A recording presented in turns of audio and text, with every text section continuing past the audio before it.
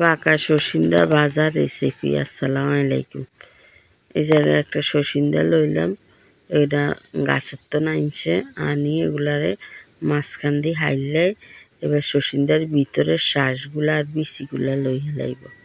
এই যে পাকা অংশগুলা আছে না বিচির লগে এগুলা সহ, এরপরে এগুলার একটু সাবধানে নিতে হইবে। এগুলা চামা উঠিয়ে বেশি ফাঁকছে যে সসিন্দা এলাই। এরপরে এগুলার কাছে কাছে সবগুলা ভাবিয়ে এগুলার কাছে নিল। নেওয়ার পরে এরপরে এগুলারে রেডি করি।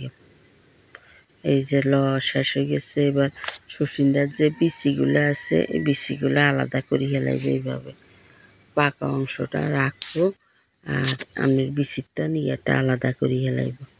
এইভাবে সবগুলা করা হয়ে গেলে এরপরে বাকি উপকরণগুলো রেডি করি। যে সসিন্দাগুলো রেডি হয়ে গেছে। এই জায়গায় নারিকেল বাটা আর রসুন কুচি, পেঁয়াজ কুচি, চাইলে আমরা চিংড়ি মাছ নইলে বড় মাছের ভাজি মশমশা করে দিতেন হারেন থাকলে লগে। এরপরে আপনার এই জায়গায় কিছু রসুন কুচি, পেঁয়াজ কুচি, রসুন বাটা এগুলা দিই। এগুলার মিন্দে আপনার একটু আদা বাটাও দিয়ে সামান্য একটু। এরপরে পরিমাণ মতো লবণ দিয়ে দিলাম। লবণটা দেওয়ার পরে সামান্য একটু হলুদের গুঁড়া দিয়ে হলুদের গুঁড়াটা দিয়ে দিলাম। অল্প একটু পেঁয়াজটা করা যাতে তাড়াতাড়ি নারিকেল দিয়ে দিচ্ছি। আর কি চুলের আগুন তো এলে আপনার হয়ে যায়। এরপরে পরিমাণ মতো হলুদের গুঁড়া, মরিচের গুঁড়া দিয়ে দিলাম। দেওয়ার পরে এগুলারে ভালো করে করে নিয়ম একটু কষাই নিয়ম ভাজা ভাজা করে নেওয়ার পরে সসিন্দাটা দিয়ে দিলাম উপর দিয়ে এগুলারে এবার অনবরত লাড়াতে রাখতে হইব। অনগার যুগে তো আপনার ফাঁকা সসিন্দা দিয়ে যায় না। এইভাবে আগের নানি দাদিরা করে খাইতো, আমার মারা করতো, খুবই মজা হইতো।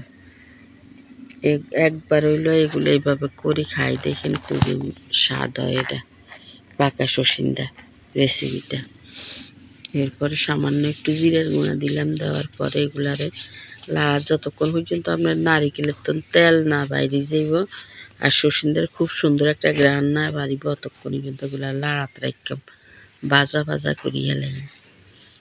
এই যে পানিটা শুকাই গেছে। এবার শুধু লাড়াতে রাখতে হইব, অনবরত লাড়তে হইব, না লাড়লে এগুলা তলা দিয়ে হোড়া যাইব কড়াই।